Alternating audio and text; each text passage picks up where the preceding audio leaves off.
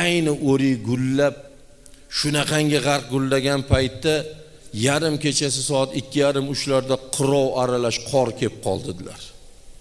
Shunaqangi laylay qor yog'ib qoldi. Nima qilarimni bilmadimda Janob payg'ambarimiz sollallohu alayhi va sallamning bir muborak hadislari esimga tushib qoldiki,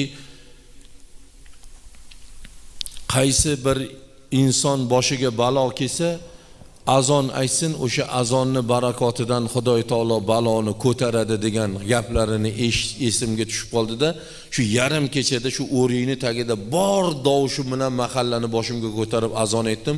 Azonni barakot shekil qarang, bitta ham sog'urmadi deyapti. Hozir o'sha munofiqlar, birodarlar, boshimizga kelayotgan baloni daf qilayotgan azonga qarshilik qilyapti. Sanga yoqmayaptimi? Yoqmayaptimi? Masjid yo'q joylarga ko'chib ket.